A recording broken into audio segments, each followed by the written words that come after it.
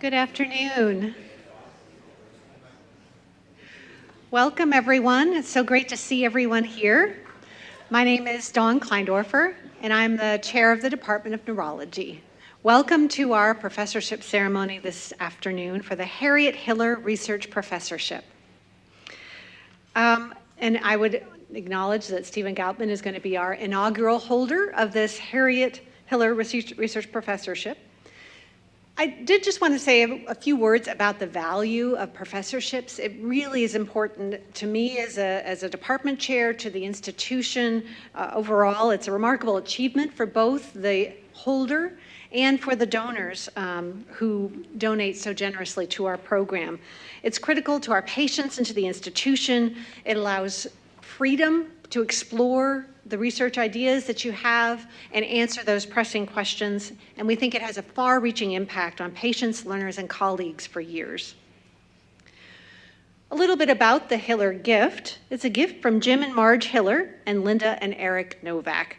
The professorship is created in the memory of their mother, Harriet Miller, who had a remarkable life that was unfortunately cut short by ALS.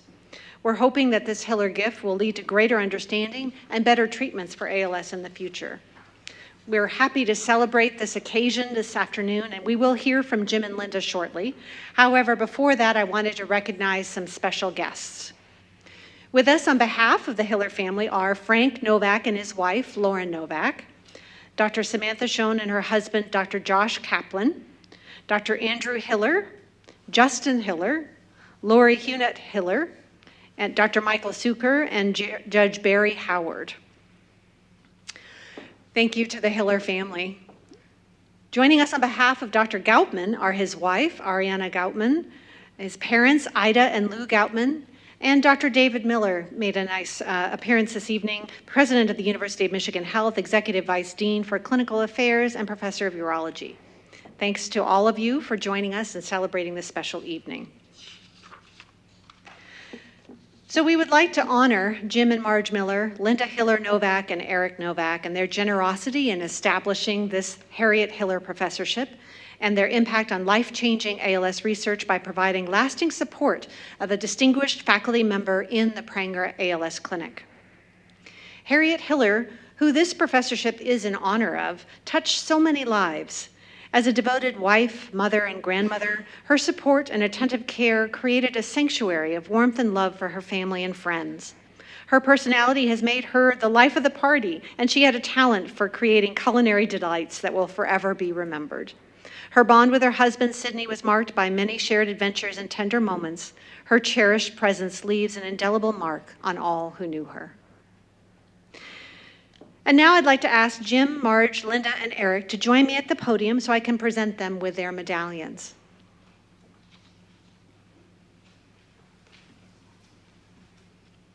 You can come stand over here.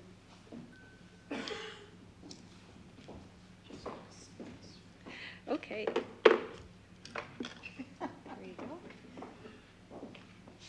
Fabulous. Here's one medallion. Here's the other.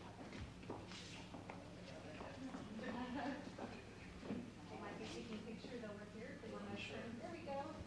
Lovely.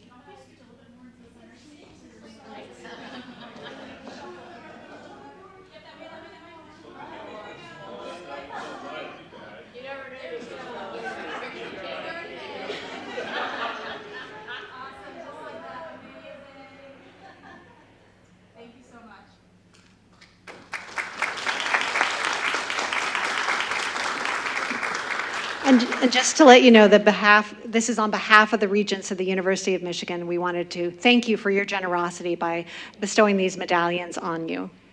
And so now I'd like to have Jim and Linda come to the podium and have a few remarks. Put this here. Just need a minute to get organized. And as Grandma would say, let me get my specs. This evening, I stand before you to celebrate a remarkable woman, our mother, Harriet Hiller. As I reflect on her life and the profound impact she had on me and so many others, one word keeps coming to mind: enough.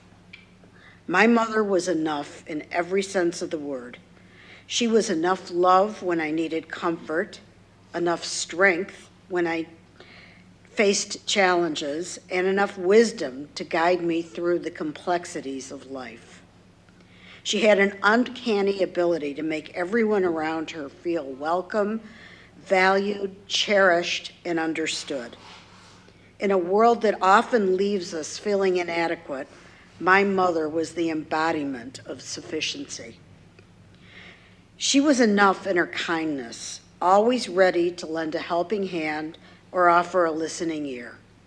No matter how busy her day was, she made time for others, showing that love is not measured by the hours we have, but by the moments we choose to share.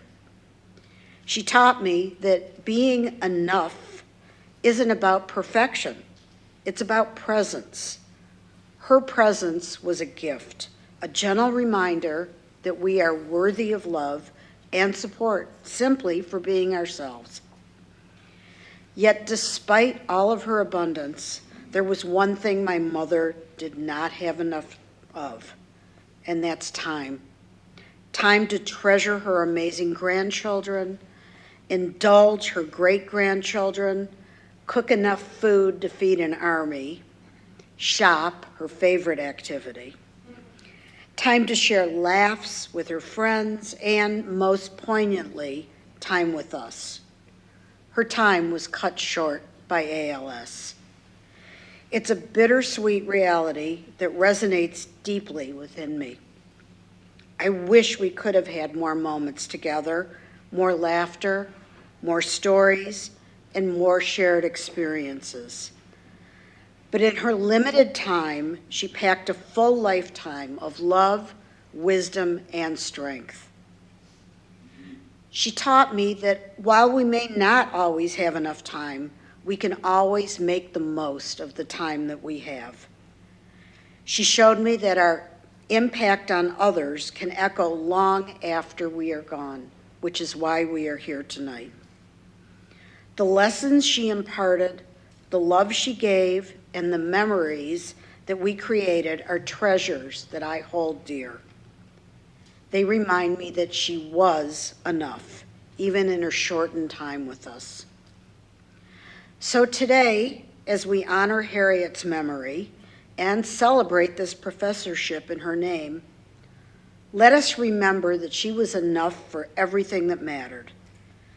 She was enough to inspire, enough to love, and enough to teach us that the greatest legacy we can leave is simply be present for each other. And at this moment, I want to thank my family and friends for being present for us at this very important event. We are so grateful to Drs. Goutman and Feldman and their entire team. I have every confidence that one day there will be a cure for ALS. As we support each other in this fight, let us hold on to that hope. Let us keep our hearts open to the possibility that one day we will look back on this journey and know that our collective resolve was enough to bring about the cure we so desperately seek. Until that day comes, let us continue to stand together and advocate for a future where ALS is no longer a barrier, but a chapter in our story of triumph. Thank you, and have a great evening.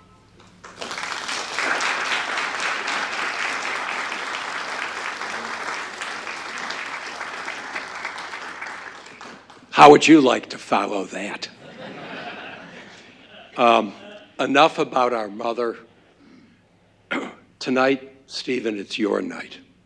And I want you to know how the Hiller family, how proud we are of you, how deeply we support, and how proud we are that we are able to do this in your behalf. I don't think there could be anyone who we would rather have as the first recipient of this professorship. I mean, I've known you for a long time. I've watched Eva's mentorship of you. I've watched how you have grown to be her peer and in many ways her equal. And just speaking in the family's behalf, we are just thrilled to be able to name you as the first recipient of this. And we look forward to many, many years of enjoying your success. You know, you are a remarkable doctor to deal with the type of sickness you do and with patients who are dying. You're an extraordinary man and an extraordinary doctor. So to you, I would say, Kol Hakavod, we salute you.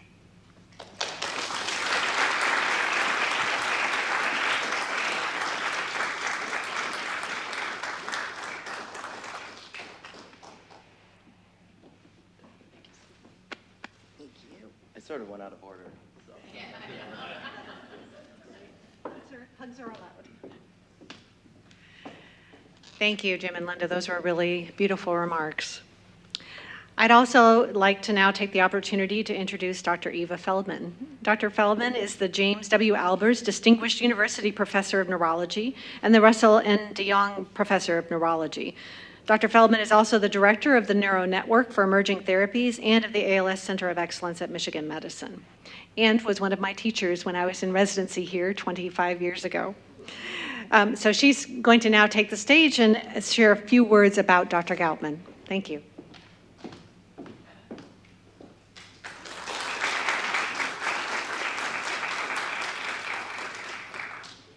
Well, now you all get to guess how old I am, right? Actually, I'm going to first thank Dawn for the introduction, and I'm going to speak a little bit about Harriet, and then a little bit about Stephen. So let's start with Harriet. So, Harriet Shirley Horowitz, shown here with her parents, Belle and Louis. She's in the middle, and then her sister, Geraldine, was born here in Detroit and raised in Detroit. Went to school, and when she finished high school, worked as a clerk in an accounting position. Now, once in a while, there may be a trip to Florida with Belle and Geraldine, but mainly her life centered around Michigan. And in 1944, she met a dashing young man, I would say 10 years her senior, Sid Hiller. Now, Sid had already started already had his first market. He had started that, I think, in 1941. And to be honest, he was engaged to someone else, I was told, when he met Harriet. But she clearly swept him off his feet because in 1945, they were married, and here is their wedding picture. And within 8 years, Harriet and Sid had 2 children, Jim and Linda, and within 12 years had really grown their family and grown the markets. And I love this next picture, which shows Sid and Harriet with Jimmy and Linda. Now, if any of you know Jim Hiller, this is a classic Jim Hiller with a knife on his belt, I might ask. And then Linda, too, big smile. So they were really a very happy, I think, when I hear about their family, happy, loving family. And then I asked Jim and I asked Linda, describe what your mom was like. You know, what was it like to be her kids? And what I heard is that she was a heck of a lot of fun. She was a bit of a tomboy, the life of the party, which you've already heard, and really a very loving mother. Now, as Harriet and Sid grew their family, I'll tell you that the markets also thrived and prospered, so that Harriet and Sid were able to have a really very nice life. They traveled, Egypt, Petra, a little bit of dancing in Miami. But if you're a set of Jewish parents, the thing that makes you the happiest is the potential for grandchildren, right? Okay, so here's what really made them happy, and this is what, in 1981, Jim marries Marge. And 1 year later, they get their first grandson, Justin Hiller. And I just love the look on Harriet's face, that nice big smile. And Jim and Marge were not one to disappoint. Justin quickly got two brothers, Andy, who is, let's see, it's Justin on the upper right, Andy on the upper left, and on the bottom, Spencer. And tonight, we have with us Andy and Justin. And when you see this picture of them and you see them at dinner, they haven't changed at all. It's very cute. And now, Linda also added what I'll call a Novak touch. Linda met Eric, her second husband, and truly her soulmate and love of her life. And they melded families. And here we have Linda, Eric, Linda's daughter, Sammy, who is here today, is an assistant professor in the OBGYN department at Michigan Medicine. I'm quite proud, as is the whole family. And then Frank Novak, who happens to be Linda's partner now, business partner. So what a wonderful, I think, amazing family. And back to Grandma Harriet. Well, she was quite happy. So she had her 5 grandchildren. And when I got to know her, which I'll tell you a bit about, she loved being with those children. That was really, in many ways, the essence of what she considered fun and what she considered to be a great time, even above shopping, okay? As she loved family cruises, she told me she was the matriarch. Her job was for family fun, and then if it was a serious occasion, to gather everyone for a picture and get it taken. I wish she had been here tonight to help us get the Hiller family pictures taken. But I will tell you, as someone who's taken care of ALS patients for 30 years, ALS only strikes the best and the nicest and the kindest. I don't think I've ever diagnosed someone with this disease who I didn't think was a kind, gentle, wonderful person. So ALS struck Harriet. I diagnosed her in 1991.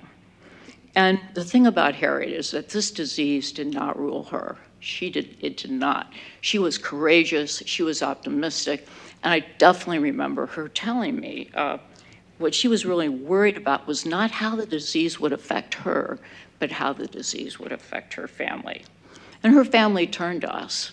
And this is really for us at Michigan Medicine and for our ALS Center, this was a sentinel moment because they elected Jim and Marge to give to us in the year 2000 $1 million to establish the research foundation and the research program at the ALS Center of Excellence. Without that inaugural gift, we would not be standing here today being able to tell you about the research we will be telling you about. It's allowed us to combine scientific inquiry, our clinical experience, our compassion for our patients. It laid the foundation for everything we do today. So 55 years of marriage, 2 devoted children and 5 grandchildren, but Harriet died of ALS on October 10th, 2000.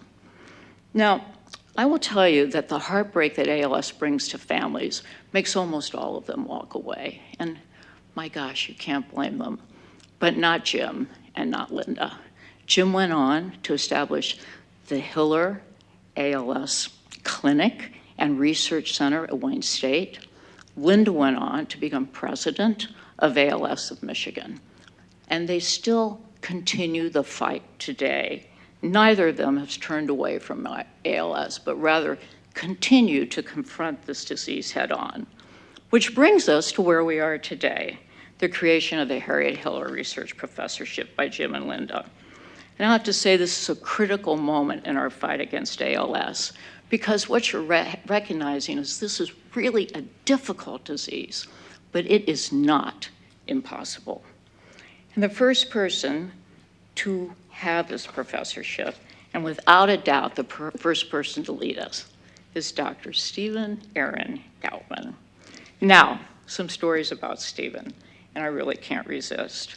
So Stephen joined us in 2012.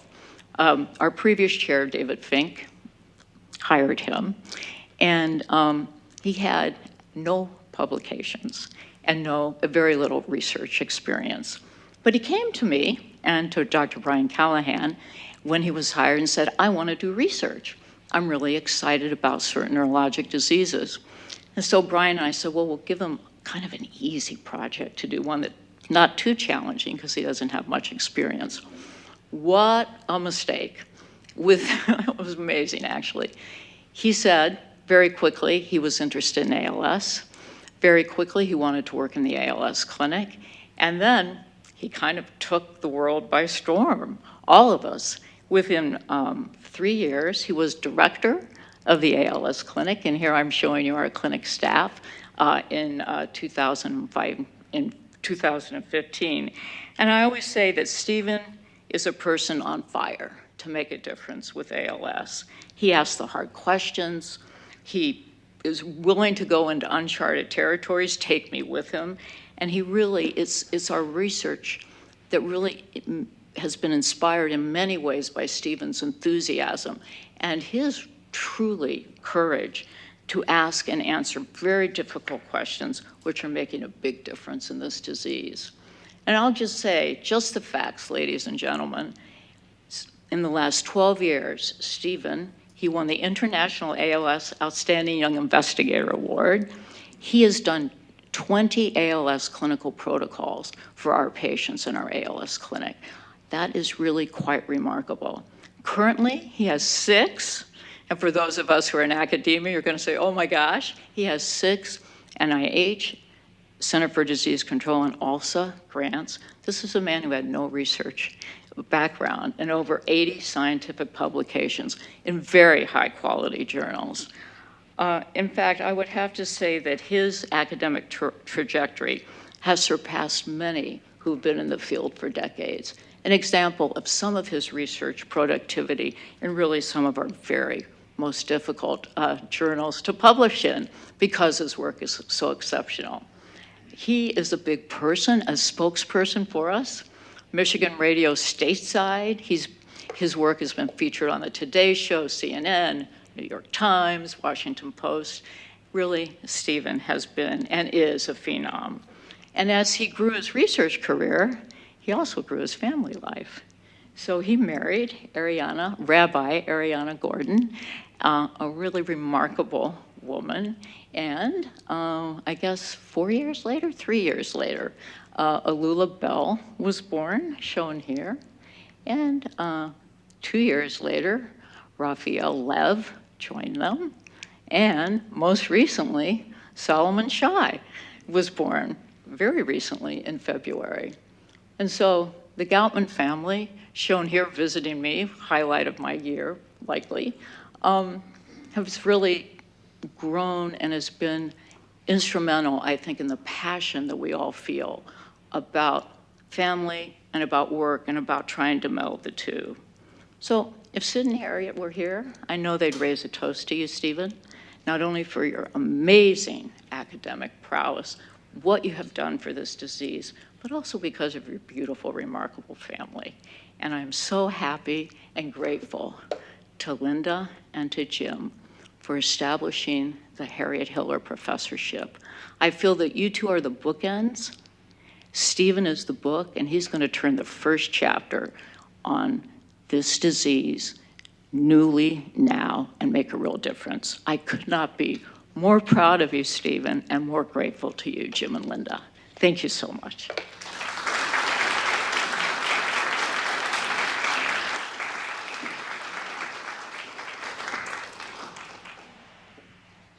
Talk about difficult to follow. It's always difficult to follow Eva. She's tremendous, and thank you so much for those kind words. Stephen, would you like to approach the podium? I'm told that we need to.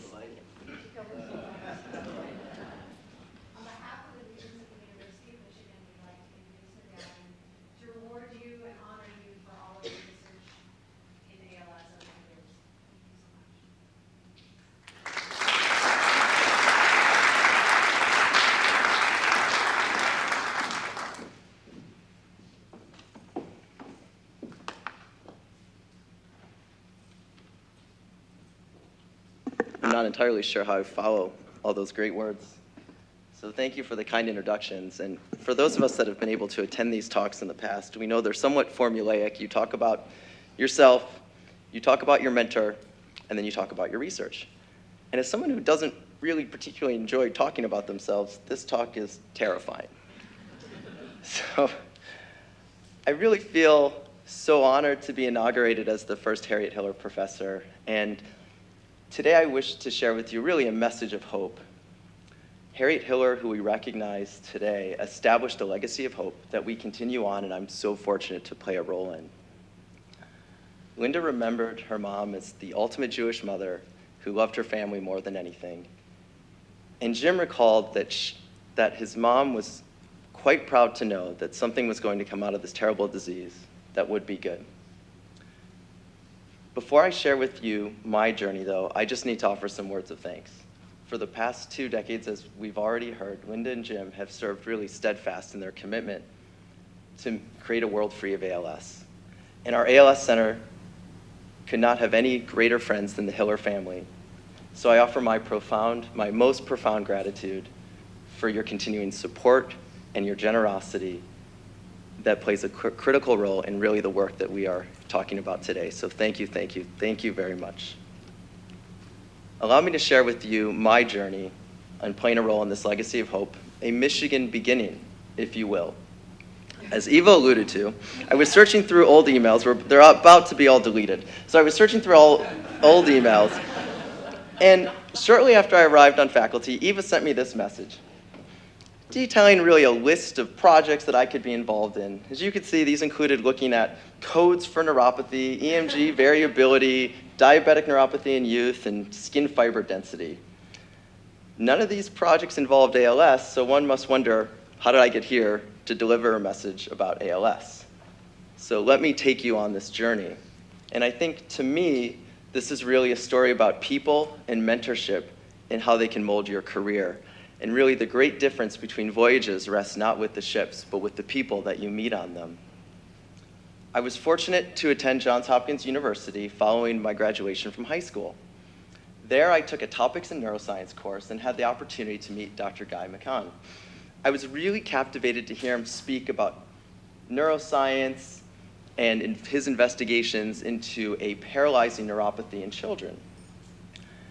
And that probably sparked my initial interest in neurology. And in a really, strange coincidence, strange case of foreshadowing, of course, 2 decades later, it was when Dr. Eva Feldman who gave the inaugural Dr. Guy McCahon address.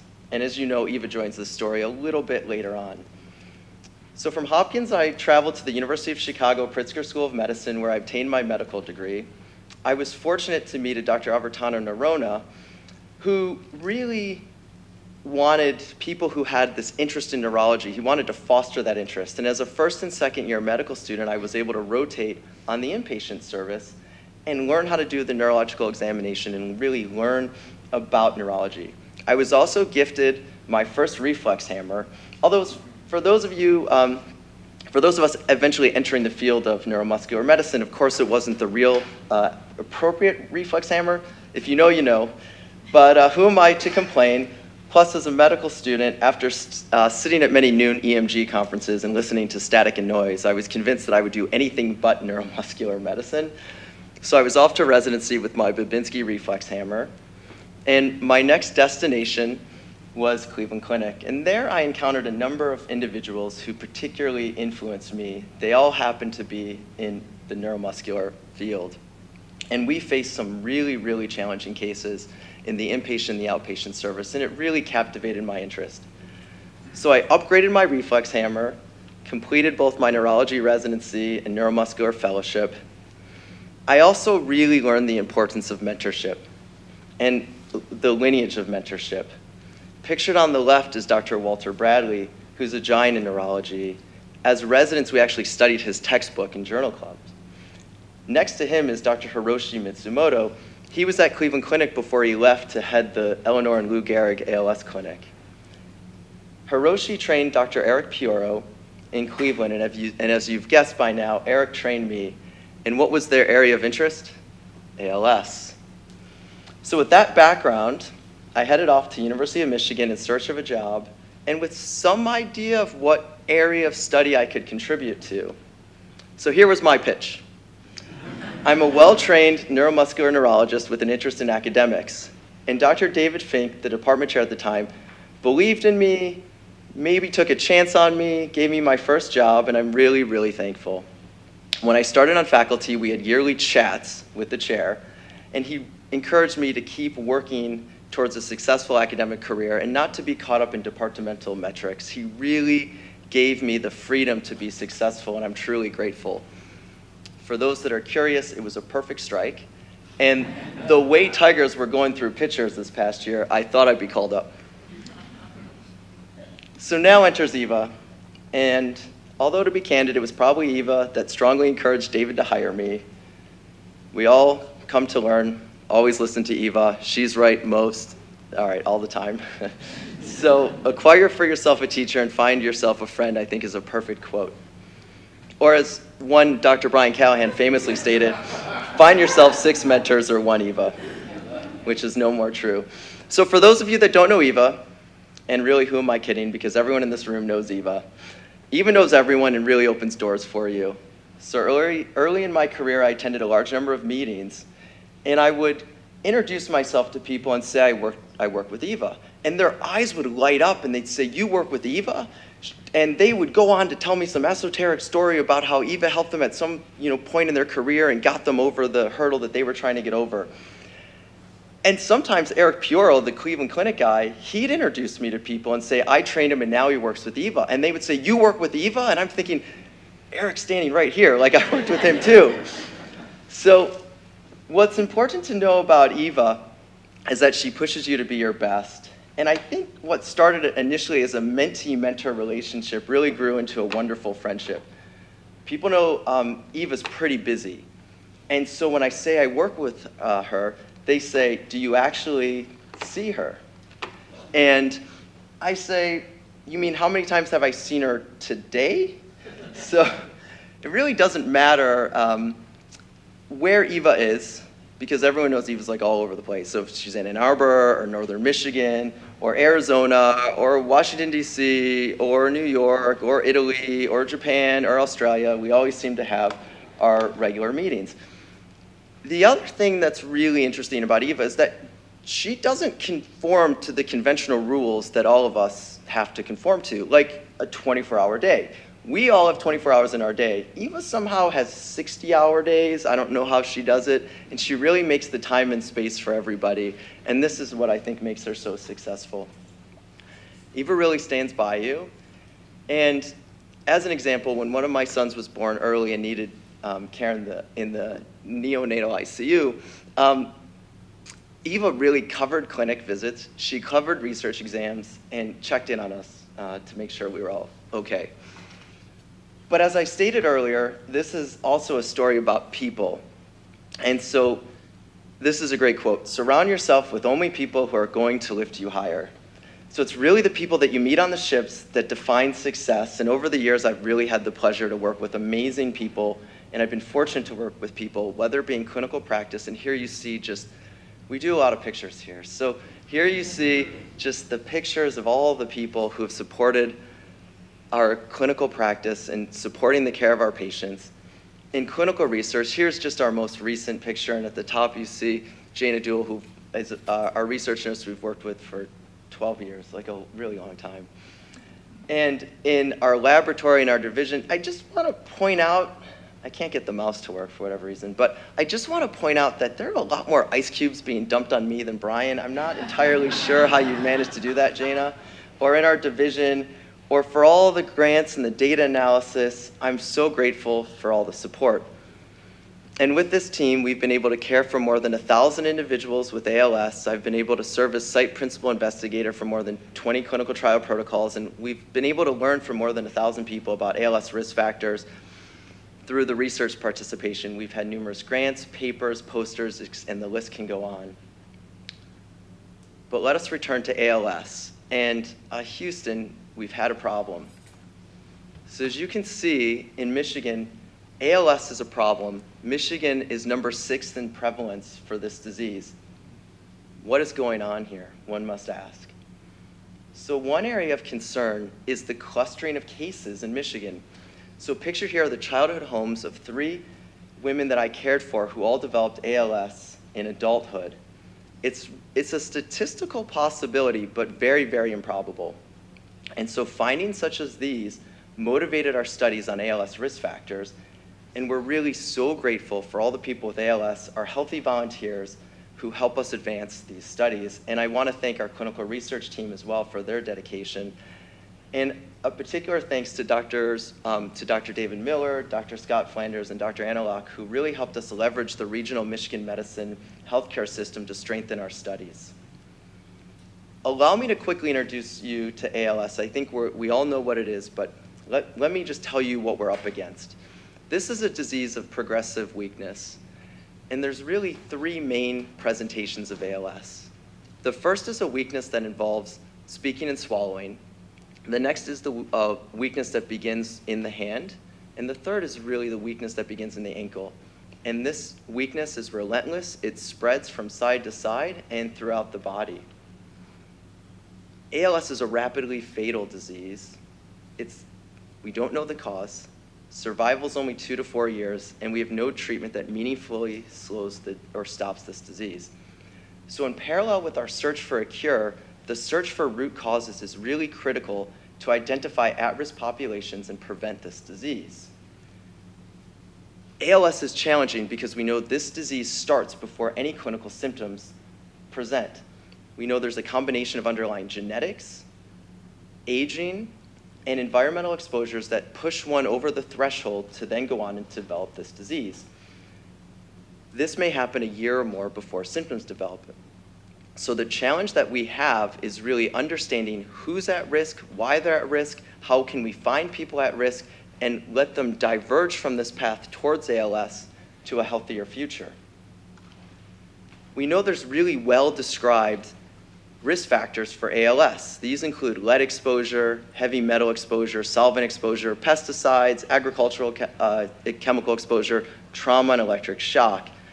And what's captured a lot of interest recently is this doubling of ALS risk in the military.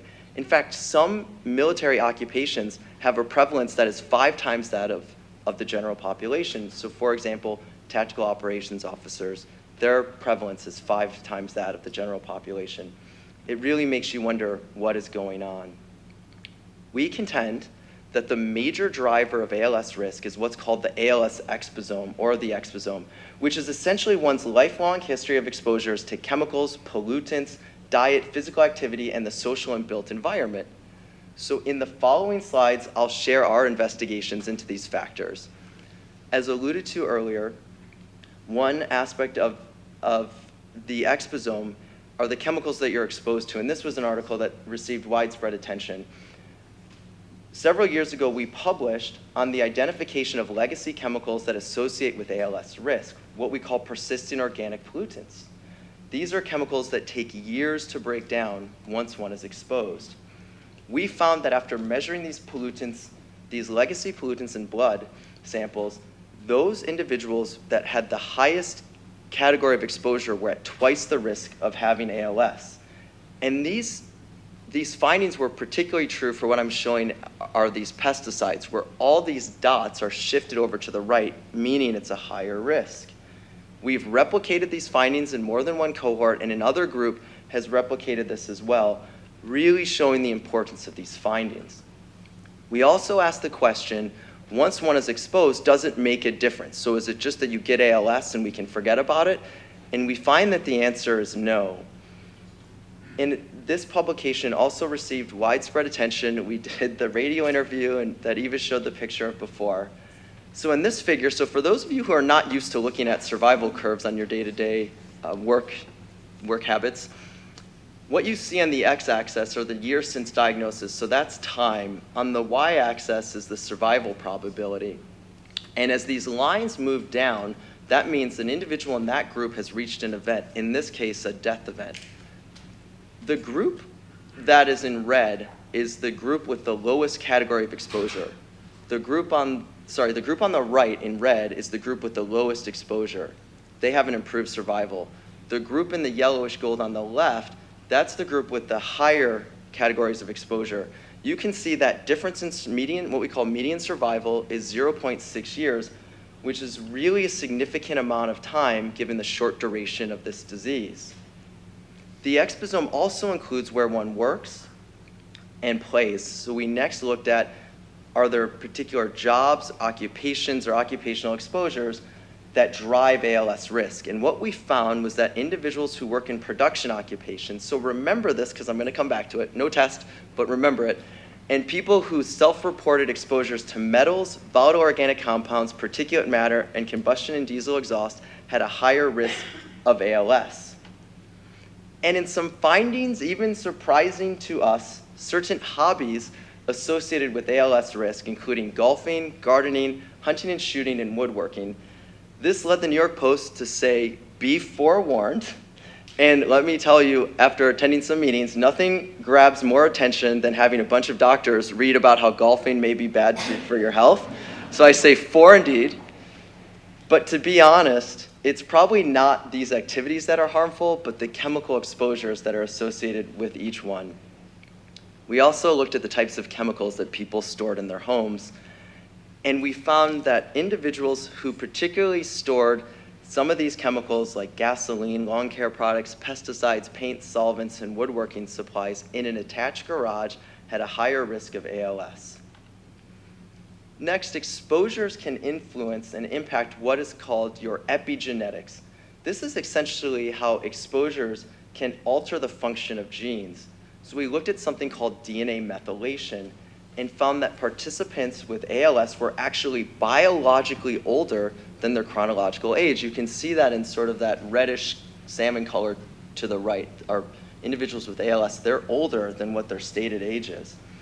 We also found that those individuals who had this accelerated aging had a shorter ALS survival, and to tie this all together, we found that individuals who were working in these high-risk occupations were actually biologically older than those who are not working in these higher-risk occupations.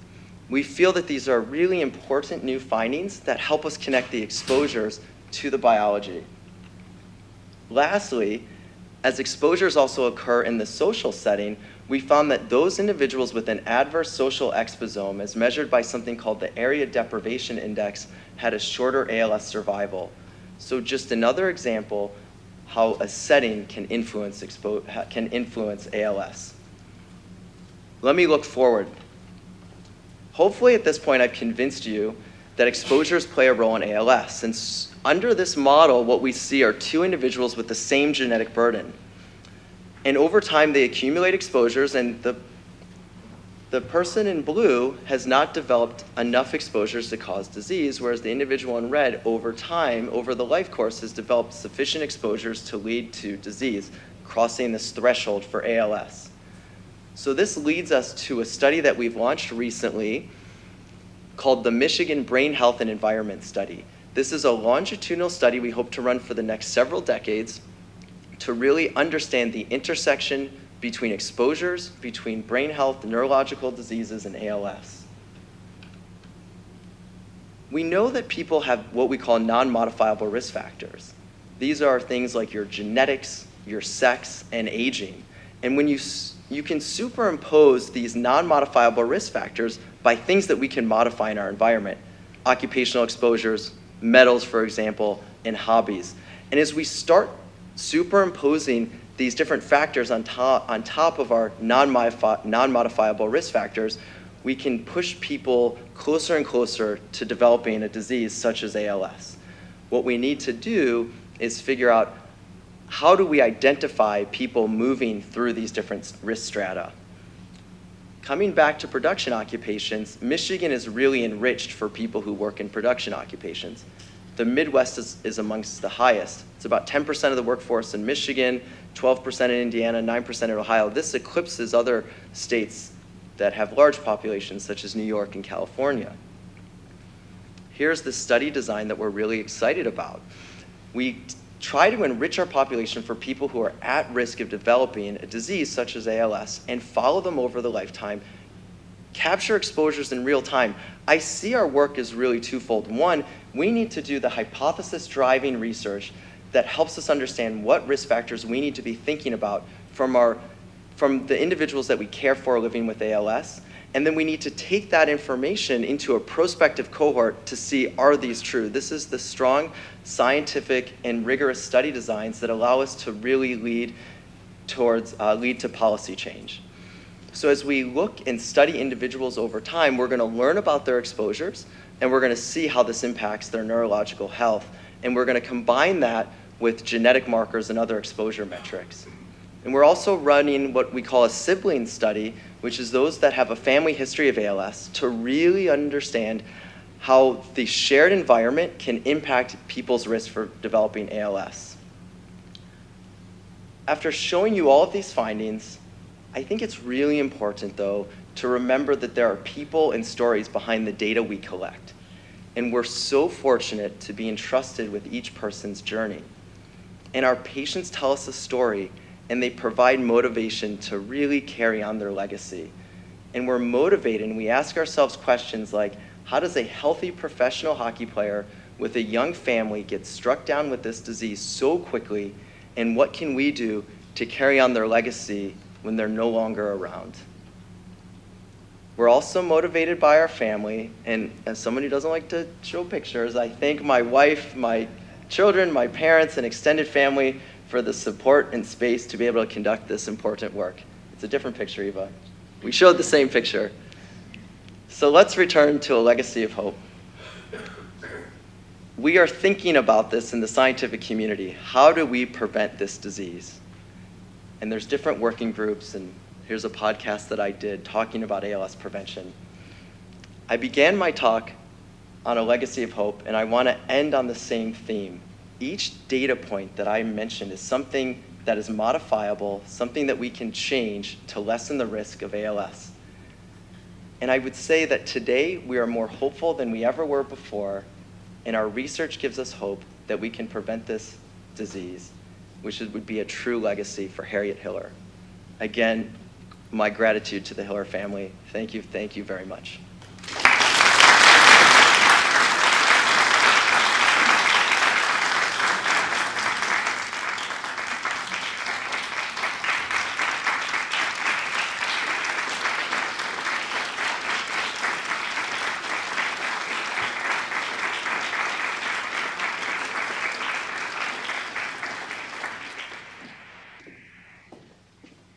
Thanks, everyone. That concludes our program for the evening. Please join us in the auditorium, outside the auditorium, for a reception. And thank you again all for coming. We really appreciate it.